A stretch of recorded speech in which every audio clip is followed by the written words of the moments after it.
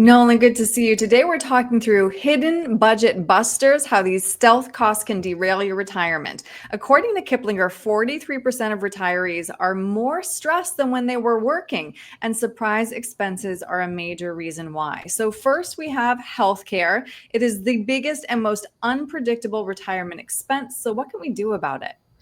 Thanks, Erin. Healthcare is a great place to start, and that's why we talk about it all the time. Yeah. We talk about Medicare, but when we talk about healthcare for retirees, it goes beyond Medicare. So we're talking about Medicare, we're talking about out-of-pocket costs for chronic care, terminal illnesses, different treatments, surgeries, prescriptions, making sure you have the proper coverages, making sure that you have the money to afford the things that you need. These are things that can help alleviate some of that financial stress, and also just make sure that it's not an unexpected cost. I mean, it needs to Mhm. be something that you plan for. It needs to be part of the budget, and healthcare is becoming more Right. and more expensive every year. Right. All right. Next, we have taxes. We also touch on this a lot. And that's because I think a lot of people assume they're going to be in a lower tax bracket when they retire, but that's not often the case. Yeah, and I see that a lot in early retirees where they Yeah. think they're going to be in a lower tax bracket, but they often spend up to improve the home or buy a new car or go on vacations, and they often use IRA money for those expenses. So if you're retiring and then drawing money out of an IRA at the same time, it's taxed as though you're still working almost.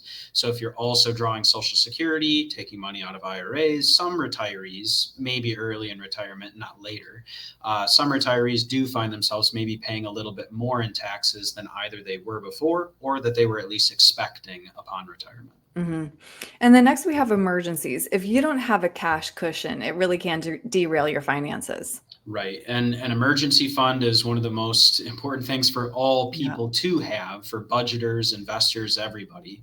And an emergency fund for retirees is shaped a little bit different. It not only needs to include your monthly expenses, but it needs to include transition costs. It needs to include additional cash cushion for some of the things we mentioned. If you have charitable giving, maybe that accumulates in your account each year and you can do some tax advantage charitable giving.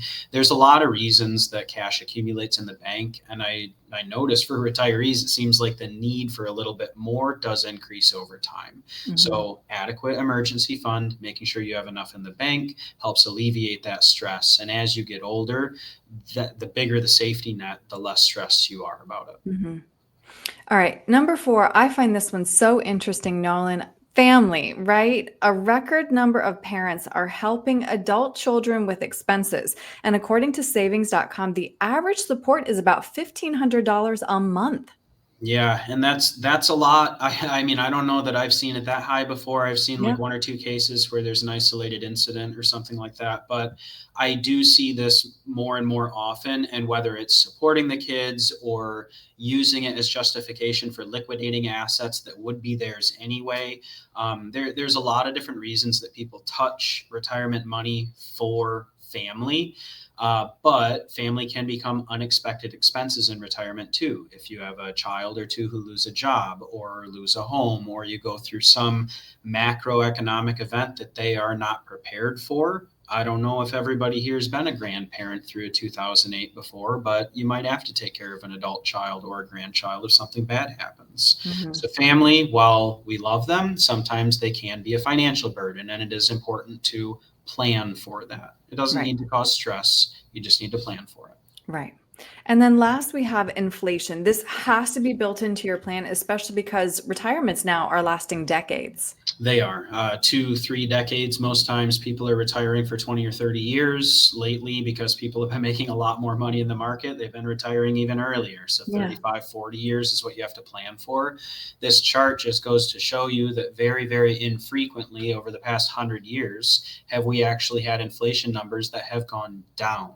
This shows you that there's positive inflation nearly every single year. And it's good. I mean, it's what we want our economy to do. We want growth. Think of it like a loaf of bread expanding. You want it to be a little bit bigger.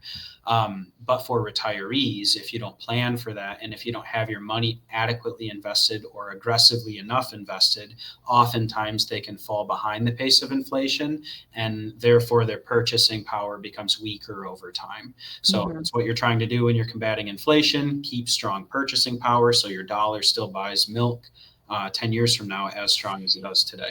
Mm-hmm. Well, Nolan, I think some people might watch this video and recognize that some of these expenses aren't built into their plan as well as they should be. So if somebody wants to sit down with you to make sure that their portfolio, their plan has all of these hidden budget busters in that plan, what's the best way to reach you? By phone, they can call us at 616-301-2581 or at our website, cornerstone-rp.com. If any of these specific things you have questions about or anything in general, there's a contact us box at the bottom of that page. Great. Nolan, thank you. Thank you, Erin.